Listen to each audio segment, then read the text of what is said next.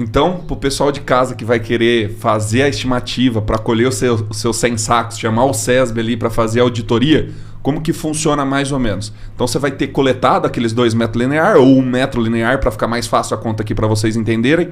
Então, você vai ter o número de grãos que você tem naquele metro, porque você coletou todas as plantas. Então, nem precisa saber quantas plantas tem por metro, mas depois dá para fazer a conta se você quiser desse jeito também. Então, eu sei exatamente quantos grãos tem num metro linear. Aí eu preciso saber quantos metros lineares eu tenho naquela área, porque aí depende do espaçamento do plantio, 45, 50. Se for 50, você vai dividir 10 mil metros quadrados, que é 1 hectare, dividido por meio, então vai dar 20 mil metros lineares. E aí você vai multiplicar 20 mil vezes a quantidade de grãos que deu naquele metro linear. Então você vai saber exatamente quantos grãos deu no seu hectare. Depois é só dividir, multiplicar, né, na verdade, esse valor pelo PMS, que é o peso de 1000 grãos. No caso da Gabi, que ela estava explicando agora, ela faz essa avaliação no R5.3, 5 ali, então a planta está verde ali. É só para se ter uma ideia do potencial produtivo. Então, como que como que se faz? Estima-se um PMS. Eu já conheço a cultivar, eu sei que choveu bem, eu sei que minha planta está com folha, então eu posso estimar um PMS maior, ou não, a minha planta está doente, choveu pouco, eu estimo um PMS menor. E aí, Matheus, o acompanhamento que ela comentou da lavoura, você vai ter uma percepção muito melhor desse PMS, né? Perfeito. E aí você pode fazer chutes, né? Se for 180 PMS, vai dar 80 sacos. Se for 190, vai dar 85. Se der 200, bate o 100. Então você dá uma estimativa. Claro que para você ter um número um pouco mais real do que vai acontecer, a soja teria que já estar com o enchimento pleno, maturada, para você fazer essa conta, para bater ainda mais próximo da colheita, porque aí você já vai ter o dado do PMS em mãos, né? Sim, e também fazer em uma área maior, né? Mais que 1 metro, mas assim... às vezes você vai estar sozinho, às vezes você não vai conseguir fazer em 5 metros. Mas é melhor ter algo em mãos do que não fazer. Então, feito é melhor que perfeito, né? E ter um comparativo. Você está comparando uma área... pode ser que não bate com a colheita. Pode ser que você estimou 85 sacos e colheu 65. Mas você já sabe a diferença entre os tratamentos. Que isso é importante.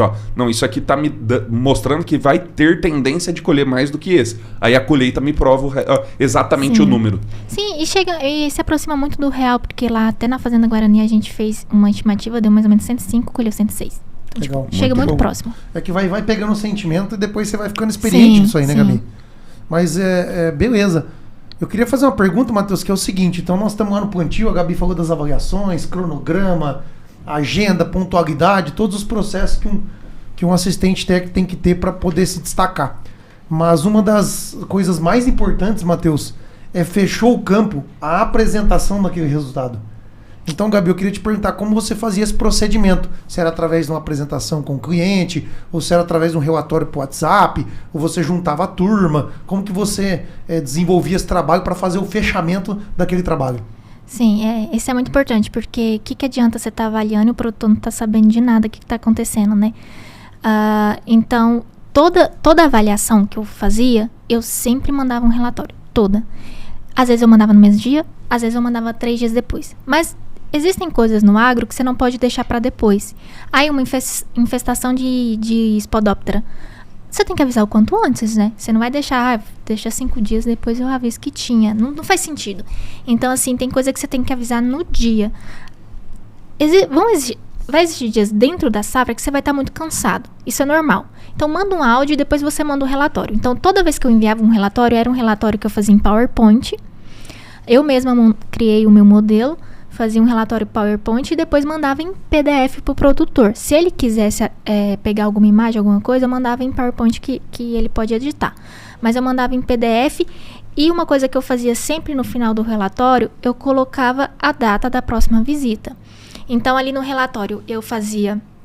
Como eu pegava dados, né, eu media a altura, media espaçamento entre nós, tirava as fotos. Então, toda a avaliação que eu fazia, se eu estava com um paquímetro medindo o espaçamento de nós, eu tirava uma foto do paquímetro medindo o espaçamento de nós, para ele saber como eu fiz.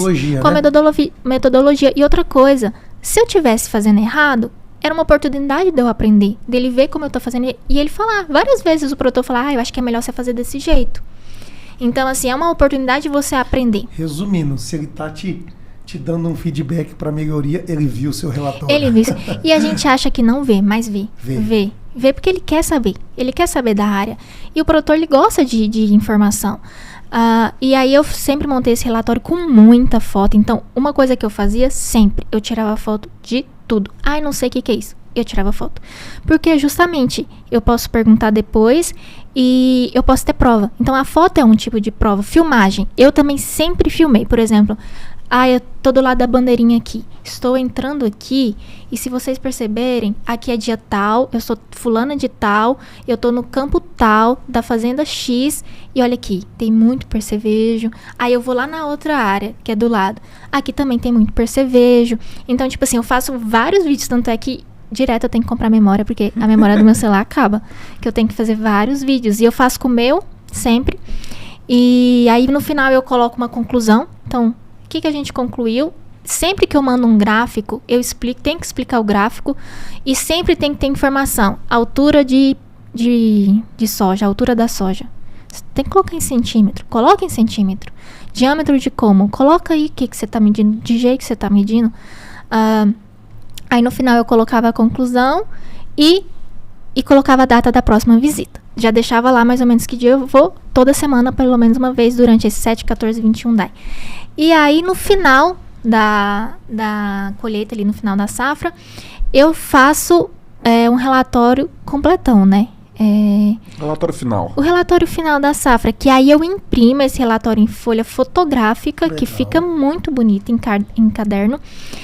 Inclusive, fui num produtor esses tempos, os dos irmãos, e aí entreguei um relatório para um, entreguei para o outro e me esqueci de entregar pro pai, né? Aí ele veio, e o meu relatório, você não vai me entregar, não? Aí eu fui lá, imprimi outro, entreguei para ele. Eu fiquei super feliz, eu falei, nossa, ele olhou meu relatório e ele me parabenizou por aquilo. E é uma coisa tão simples que se for parar para pensar assim, muitas vezes a gente se auto-sabota e pensa, não, ninguém vai ler isso, lê. E eles gostam. E também entregue em PDF, porque, né, o que é físico pode ser perdido. Entregue em PDF e aí fica, às vezes se reúne, às vezes o produtor está muito corrido. Então, muitas vezes o produtor não tem tempo de ir na lavoura com você. Manda para ele no final do dia como é que tá, como é que você fez. Eu acho que isso passa muita credibilidade. E esse relatório final, Gabi, é impresso, entregue para ele, mas chega a fazer alguma reunião, se possível, para apresentar? Porque eu tô me colocando no lugar do produtor. Eu recebi aquele folheto com, sei lá, 70, 80 páginas, perfeito, foto bonita e tal. Mas aí eu, como produtor, se fosse eu no caso, né? Ô Gabi, vamos marcar um dia pra gente apresentar isso aqui, acho que é importante, porque o relatório, ele é escrito com o que você passou durante a safra, mas o seu sentimento da lavoura, acho que ele tem que ser falado. Tem. Mas assim, a safra você não explica no final, né? Você tem que ir explicando a safra durante o ciclo da cultura, porque senão você esquece. E senão, pra que você vai falar assim, lá no início, em V3, teve, aconteceu lá uma coisa que não deu certo. Cara, já passou, não tem, sabe? Assim, você pode reformular para vocês na próxima safra não errar, para fazer, refazer, mas assim, eu acho que você tem que falar no dia, sabe? E o relatório final, sim, você tem que reunir, mostrar ali, principalmente explicar como você fez. Então, por exemplo, essa estimativa de produtividade é difícil de você fazer e às vezes é difícil de você entender como a pessoa fez. Ninguém tem bola de cristal. Então, assim, explicar como foi feito. Uma coisa que eu sempre faço, que eu falei que eu tiro foto, mas tem isso de colocar a foto no relatório, né? Então, por exemplo, aqui, como a consultoria está dentro da fazenda, isso fica mais fácil. Mas no comercial, são muitos RTV, gerente, supervisor e dono da empresa. Enfim, você tem que aparecer, né? Isso você tem que fazer. E uma das formas é você tirar foto com o pessoal da fazenda. Claro que você vai pedir autorização. Mas geralmente o pessoal tira porque é normal, né? Todo mundo chega, pode tirar uma foto? Então, assim, no final da colheita, tira uma foto com o produtor. Mostra que você estava lá, mostra para o seu supervisor que você estava, porque... Prova o relacionamento que você criou dentro daquele ano, né? E se o produtor vê que você tá lá, ele não vai te negar uma foto. Perfeito. Gabi, eu acredito que foi uma aula de como se tocar um campo demonstrativo esse podcast, e eu acredito que o capricho é a palavra central aqui da conversa de hoje. E esse capricho foi o que, vamos falar assim, despertou os olhos do Leandro para te contratar. Então, depois de ter feito todo esse trabalho maravilhoso nas empresas que você trabalhou, aí o Leandro te chamou para dentro da consultoria para você prestar esse serviço como o Leandro Solo Fértil. Foi isso, né? Foi isso que aconteceu. Eu conheci o Leandro, ele era gerente de fazenda, né? Ali na Roda Velha, São Desidério. E foi numa dessas. Ele sempre me via no campo, inclusive atolava várias vezes, né? Lá. É uma coisa importante, você vai atolar sempre. E aí ele sempre via que eu tava na fazenda ali, eu não perdi uma aplicação e eu ficava muito no pé do gerente, vamos aplicar.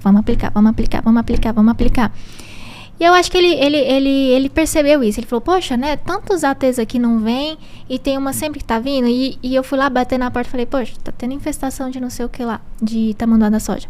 Então, eu acho que esse foi o diferencial, sabe? Viu a preocupação no negócio e o capricho dos relatórios. Né? E ele ama, ele fala muito dos relatórios, que pegou ele, né? Porque eu acho que faz diferença. Faz muita diferença do que você só mandar um áudio pro produtor, tá acontecendo isso.